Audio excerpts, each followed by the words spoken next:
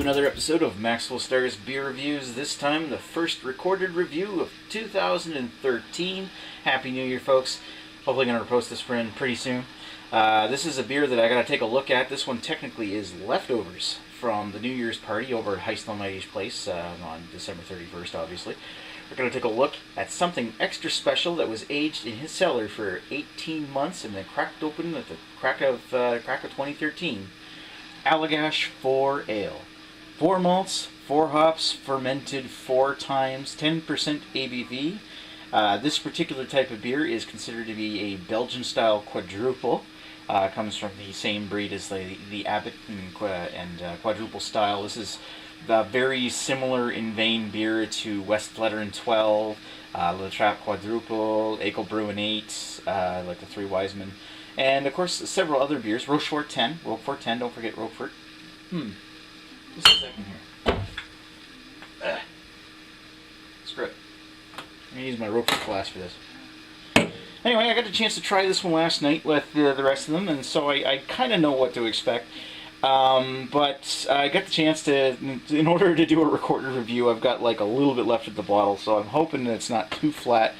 But I'm not expecting a whole lot of carbonation, and I'm hoping that it's not stale. So let's pop the top off of this thing. It's on there good. Oh. Woo. Boom.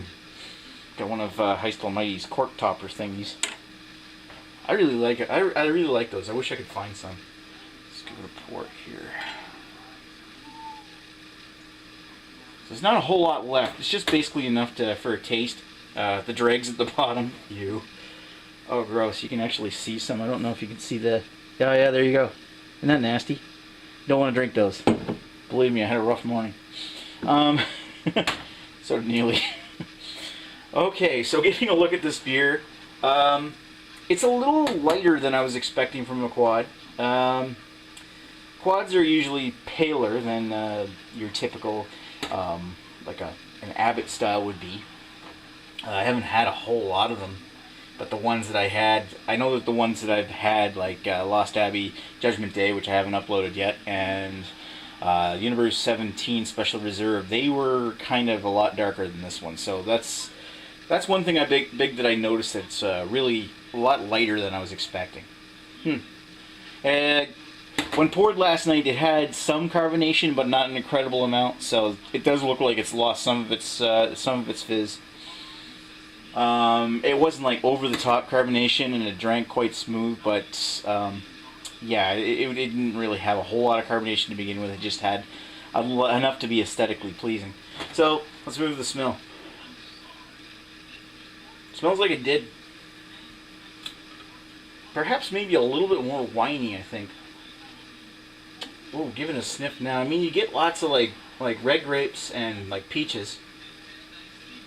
And a healthy amount of yeast. I got the dregs in this glass, so I know there's a fair amount of yeast in this. But one of the biggest things that I'm really noticing off to the top of this is that you get this slightly vinous kind of quality. It smells kind of like a red wine. That said, it smells really good, but it's not quite what I was expecting from a quad. Let's not hold that too much against it. So, it smells. You can smell a little bit of a trace of an alcohol in it. I mean, that vinous quality, and like a wine, kind of red wine kind of smell, as well as the alcohol, and it really kind of makes this smell more like a wine than it does an actual beer. It's just, wow, very unique smelling. There's a hint of like a sweetness to it, a malty sweetness that kind of lends it towards like somewhere between a wine and a barley wine, but just slightly. So let's put this thing down the hatch. Oh.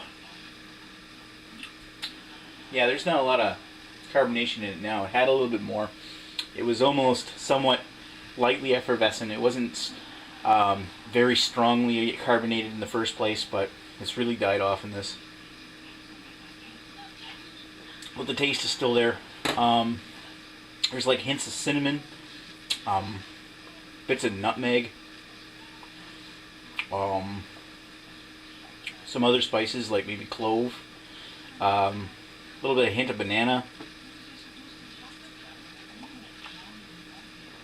You get a lot of the vinous qualities, where you get quite a bit of like red grape, but the taste doesn't lend itself towards the wine qualities as much as the smell does. For being fermented 4 times and aged 18 months in the Heist cellar after that, I was expecting quite a bit less sweetness in this, and this one's actually still...